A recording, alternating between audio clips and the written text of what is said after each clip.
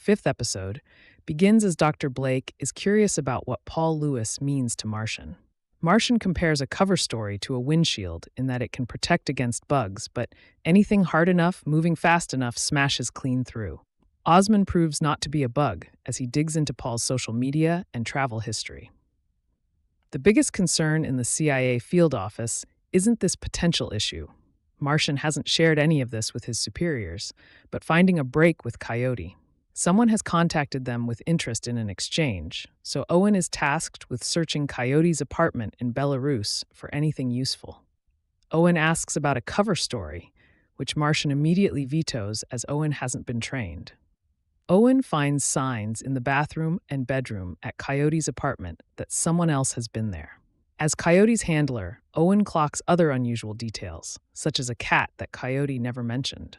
A date between Sami and Martian is interrupted by Osman, who makes Martian feel like a cop is questioning him. After Osman leaves, Martian has some follow-ups about this so-called colleague of Sami's. But when Sami says her life will be in danger if she spills the real reason Osman is in London, Martian tables the conversation. But Sami wasn't a threat to me. I was a threat to her, Martian tells the unseen woman in the flash-forward. The following morning, Osman orders Sami not to see Paul again. He claims to be protecting Sami, revealing his scar-covered chest, the result of 6 days of interrogation that proved he was telling the truth. Martian knows somebody will search his hotel room, so he leaves a copy of the manuscript of the novel. Paul claims to be writing with eraser shavings inside. If they are disturbed, it will prove someone opened it. Martian follows Sami's car and snaps photos of her entering a fancy building. In Minsk, Owen meets the cat's owner in Coyote's apartment. Eva says Pyotr, Coyote's cover name, is her boss. She is staying at his apartment because she fought with her boyfriend. Owen ignores Martian's instructions, pretending his name is John. They end up sleeping together. Checking in with Dany, she's on a high after receiving an apology from Reza and impressing him with her Farsi skills. She is quickly brought back to Earth when she is handcuffed and detained. The interrogator ties Dany to a chair, telling her Reza works for the Iranian Revolutionary Guard. Spying is against the law in this country, he says. Does this man work for British intelligence? The interrogation is violent, but Dany doesn't crack. This ultimately was a test. Martian gives her a B+. When her interrogator informs Dany she passed, the two strike up a light flirtation, despite what he put her through, and later on, the two hook up for some out-of-office naked bonding. The CIA analysts pinpoint where somebody sent the Coyote-related text, a known dead drop spot. They realize Coyote must be leaking information, which means it is no longer safe for Owen to be there.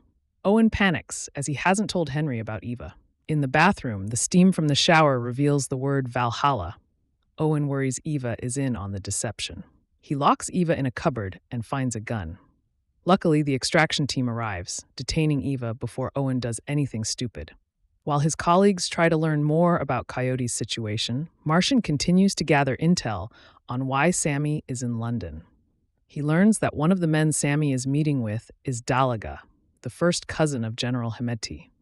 Martian also finds out that the owner of the building they are meeting is Chinese businessman Eric Zheng Huang, which will help uncover the motive for these meetings. Martian also needs to lay a trap to ensure Osman believes the Paul Lewis cover story. Martian knows he will be followed and tested to see if he has skills that determine if he is an intelligence operative.